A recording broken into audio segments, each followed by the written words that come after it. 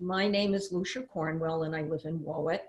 I was diagnosed in 2000 in, well, September, I suppose. I had found a lump myself. Dr. Graves, thankfully, Theresa Graves, who's a godsend to people who have breast cancer. She looked at everything and she said, definitely it's cancer. She said, we're going to get that baby right out. So on October 12th, 2000, she operated and took out the lump. It was a lumpectomy. And then I was referred to an oncologist who I went to, and was determined that the size of the lump was right on the edge. So for chemo. So what they did was I did have chemo, went through that, and then I had radiation for about, I believe it was 25 sessions, and then the last 5 sessions were heavy duty ones, in other words. And again, I think it was 25 in total. It might have been 25 regular, 5 extra. And I did that at a different, the North Main Radiation Center. At the time that I went, it wasn't like when Jen went. You'll hear about her story, where everything was together. Jen was lucky enough to have a team directed by Dr. Graves. I didn't quite have that. I don't think the Cancer Institute was started yet, or maybe it was just beginning. So I sort of found my own oncologist, and I went to the radiologist because my sister knew at that time. She was familiar with someone who did it, a doctor. So, and I have to give credit to my sister too, because she gave me the name of Dr. Graves also. She was the one that really helped find my way. So anyway, I got through the lumpectomy and the surgery. I did well. I had radiation, and then I went back to work. And for all the years following, I worried every time I had a doctor's appointment. So now I have the white coat syndrome, they call it. Every time I'm in a white doctor's office, my blood pressure goes up. But I've been healthy since then. I haven't had any problems. I've tried to eat healthy. We try and eat organic. We try and exercise.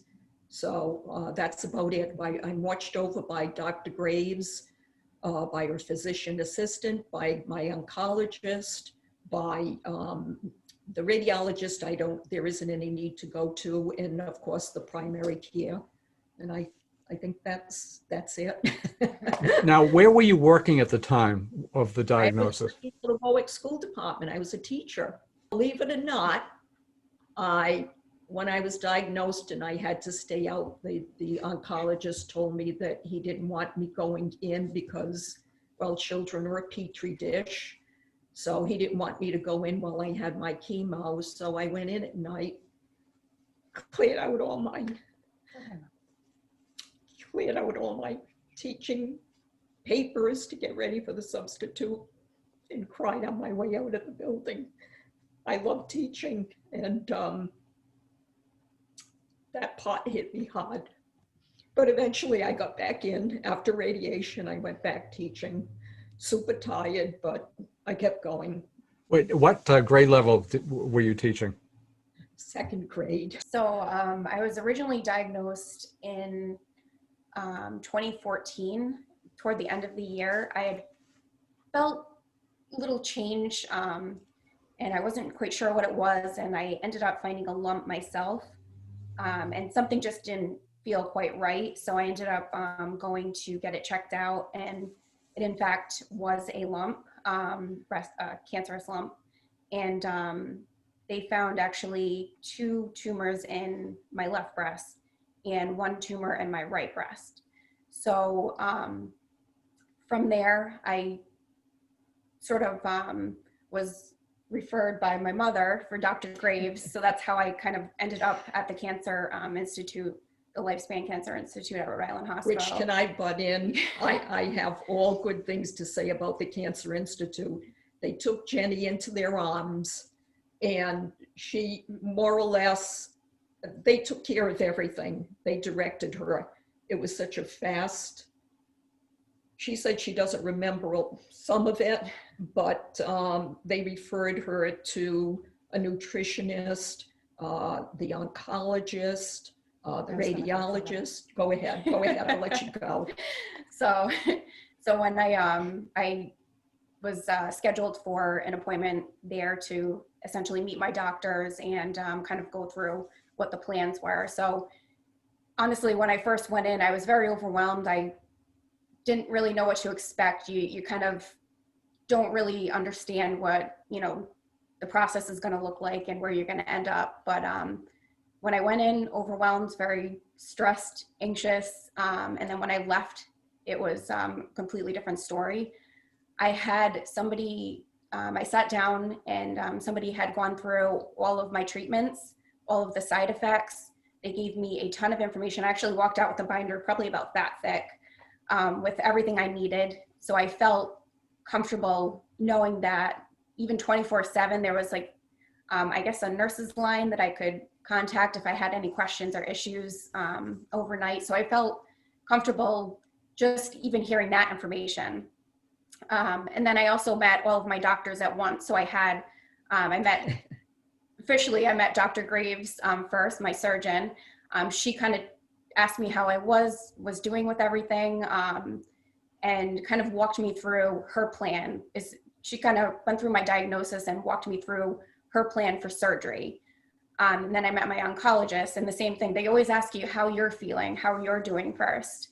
And then she kind of talked to me about my diagnosis and then went through her plan for chemo, which I had to essentially do.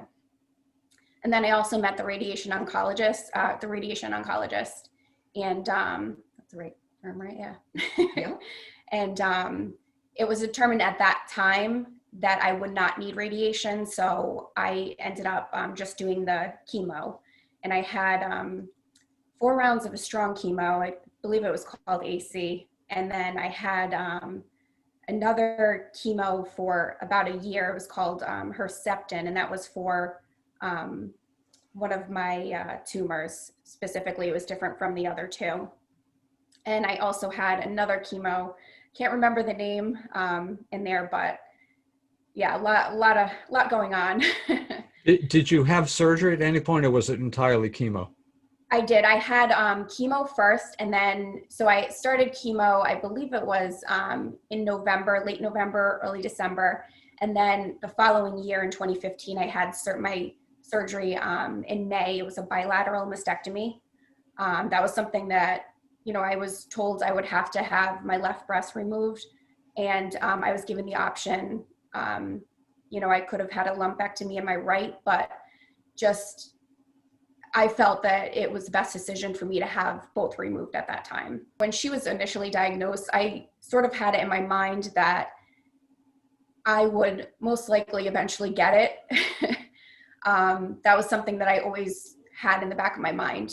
And I think just knowing what she went through kind of helped me pay more attention to what was going on with my body and any changes and everything. And I know I saw what she went through, and I was kind of preparing myself for that same thing.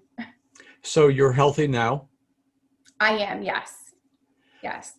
So knowing that October 1st is the start of Breast Cancer Awareness Month, a very big month, what would you say to women, but also to everyone in terms of breast cancer? And Well, my thing is to make sure that the women do a self-examination. I do mine in the shower. It's easier to check yourself. The other thing is, don't be afraid if you find a lump. I know there have been women that they just want to put it off. They're scared to go, and then the lump does get larger or it grows. So don't be afraid. I mean, we were lucky enough. We have great doctors, top docs as far as I'm concerned. And I think that women need to maybe help themselves, go out and investigate and check out doctors, make sure they get the right one and go in the right direction.